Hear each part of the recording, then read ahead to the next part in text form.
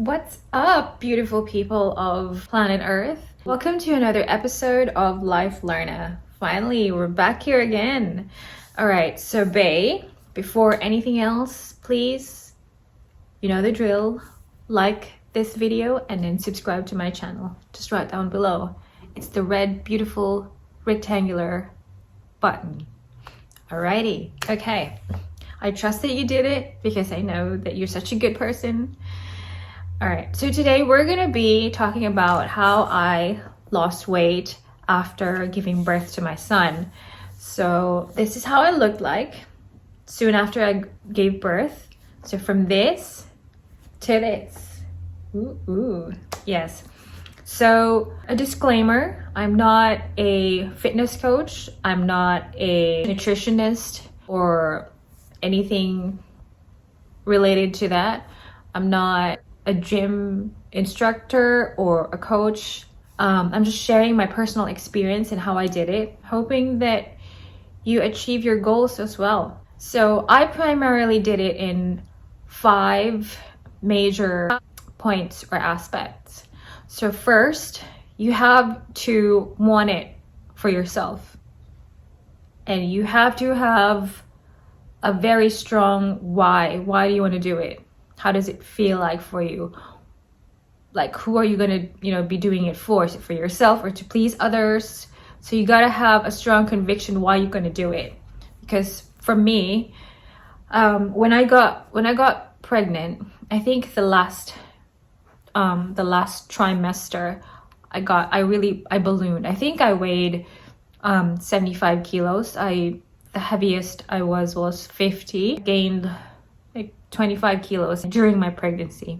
And if you look at my socials, Instagram or Facebook, I never posted anything because I did not recognize myself. So if I look at the mirror, I don't like looking at myself. I feel like, who's that bitch? Who's that fatty? So I had that struggle. I just waited. I waited until, giving birth and just really trusted the process. I tried to enjoy being pregnant. It was difficult for me. Others would enjoy it because, if you're expecting to have a baby, of course, you'd want to enjoy every single step, every single day. Yeah, but for me, there was just a lot of changes all at the same time. And I did not research in advance. It was just, everything just happened really fast. So I got pregnant, I ballooned, and then I gave birth, and then postpartum depression, and then that's when it hit me as well. I still don't recognize myself in the mirror, even if, they say the baby weight should be coming off by now. It wasn't. So I think it was when I went to a shopping center. I was looking for a pair of shoes with carry my baby, because it was a trend back then. It started to become a trend to carry your baby, to wear your baby wearing. So I bumped into an ex-colleague. So of course we caught up, and suddenly she says, "Oh wow, Marga, you're not sexy anymore." And then that really stuck with me. So from that day dot, I then thought about, no, I should prove her wrong. And that stuck with me even to now. It's I'm never gonna be that person again. I will try to be the best version of myself, physically, emotionally, mentally, spiritually. And yeah, so that was my why. I mean, I didn't like how it felt, and to me, I wanted to look good because everything will then follow. Mentally, I'll feel good. Spiritually, I'll feel good. Emotionally, I'll feel good, and I'll be able to love myself more and then love the baby even more. Because how can you possibly love another human being if you don't like yourself, if you're not happy with yourself? This is why, if you notice a lot of haters in the world, that's not about you. There's something going on within themselves that they're not happy about. They're not happy with themselves. That's why they look at people and then they just see our flaws and things that they don't like. Because remember, gorgeous girls and boys, how you see others is a reflection of you. How you perceive others is a reflection of you. So if you're a good person, like if you get stuck in traffic and then everything got rowdy, somebody gives you a dirty finger, if you're in a good state of mind, you won't even see the finger. I mean, the dirty finger, you'll see the finger with nicely done, shiny nails with nail art. So that's what you'll see if you're in a good state of mind. So start with the why. So for me, I needed to get back to recognizing myself. That was it. I needed to recognize myself. I needed to feel good about myself. I wanted me back. So I feel like my identity was lost. I don't know, to me, that's how it was. So that was my why. You really need to want it as bad as you need to breathe. And then everything would be smooth sailing. You gotta have that reason, the goal. The second thing, back in Singapore, it's easy to clock in your steps. That's effortless, I think, for me, because like I wake up, I walk to the bus station, and then the station to Harbourfront, and then Harbourfront station to the office. So there's a lot of walking. So I think that's why Singaporeans are really slim, because they do a lot of walking, and walking is I'd say the most underrated form of exercise. So I did that, walking, steps, and I also did Bikram yoga. I did 3 Bikram yoga classes a week. You will sweat like it's nobody's business. You will sweat, you just got out of the swimming pool. So that's how I lost weight. I think Bikram yoga helped me lose the water that I gained. When you're pregnant, water retention is massive. That's like the main change your body goes through. It was that, and then I incorporated it with eating healthy. That's a fourth major factor. Every time I'd eat, I was eating the least processed food. So I watched documentaries about, it's called Forks Over Knives, and then Fat, Sick, and Nearly Dead. And I also followed Freely the Banana Girl. She really helped me change the way I eat. I'm not a dietitian. I'm only just saying or sharing how I transformed my body. And I'm leaner than before I got pregnant. So I'm really happy with how I look now. I feel strong. I feel loads of energy. So yeah, I watched those documentaries, and then intuitively when I eat, I would think to myself, okay, now this is what I want to eat. What other alternatives can I eat that's less processed? So the idea was to not eat processed food. And of course, I was just starting, so it wasn't easy. It was more about, the technique was keep adding. So in the morning, I used to have breakfast. We Filipinos, we always love our rice and tapsilog, everything fried. But I then tried to just have bananas. If I have to eat toast, it would have to be wholemeal bread. So yeah, fruit was my best friend in the morning. I would have bananas for breakfast, not just 1, not just 2, not just 3, but at least 4. And then for lunch, I would have a salad. I would go to Subway. I think, yeah, there was a point in time where I could not eat Subway anymore. Like literally I had Subway for lunch for the entire month. And there was one time I was eating, I was having a bite, I literally couldn't swallow it. So that was me. I had to make sure that I'm not eating the same food over and over again. I would have, it would have been better if I meal prepped, but back then I was lazy. So yeah, so try to swap, find a replacement that's less processed.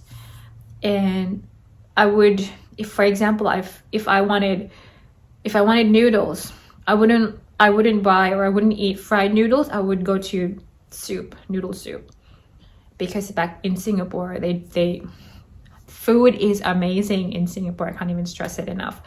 So I would always opt for fish soup. And it's the soup is just plain, and it just has the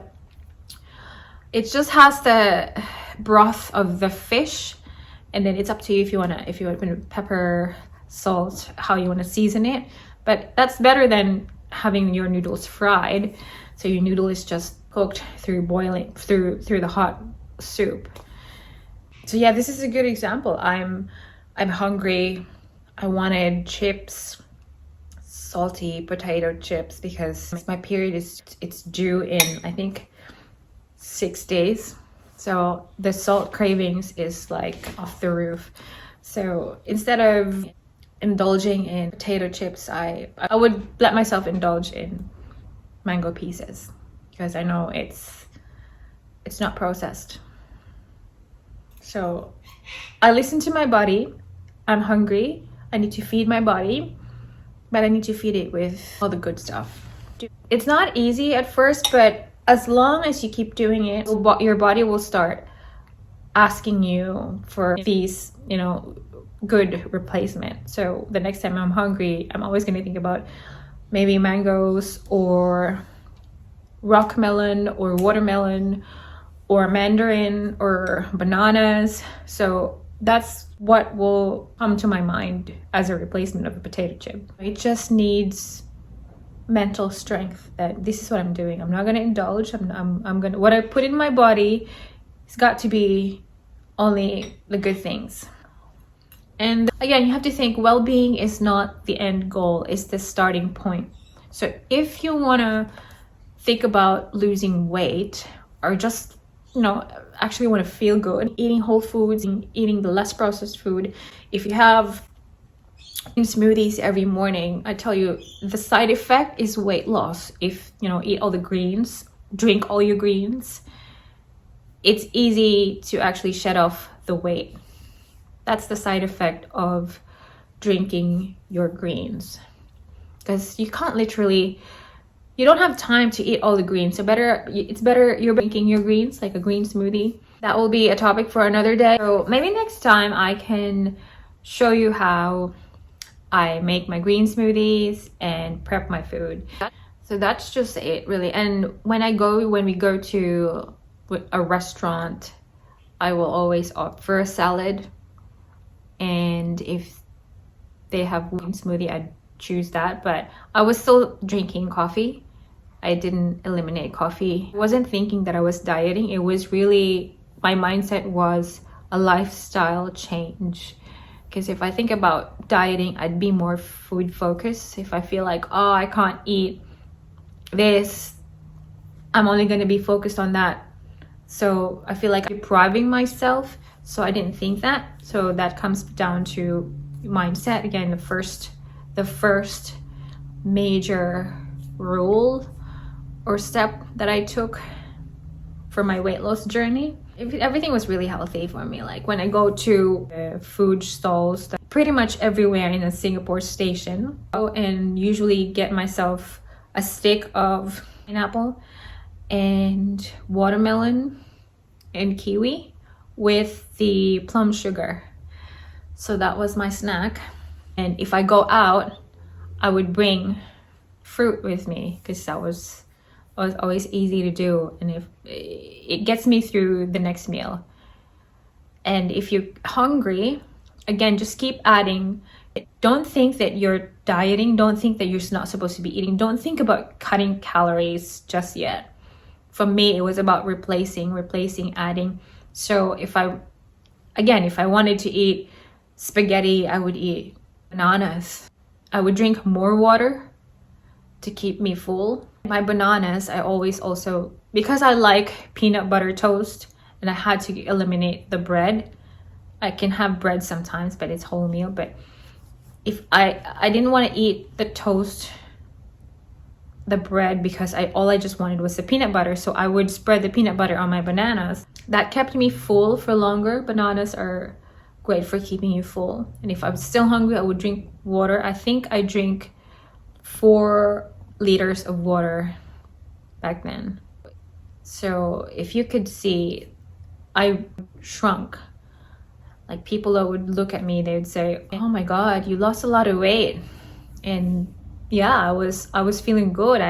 I didn't feel weak or sluggish or sickly. I felt full of energy because the nutrients and minerals that I get from my green smoothie and my fruit and everything was mostly raw.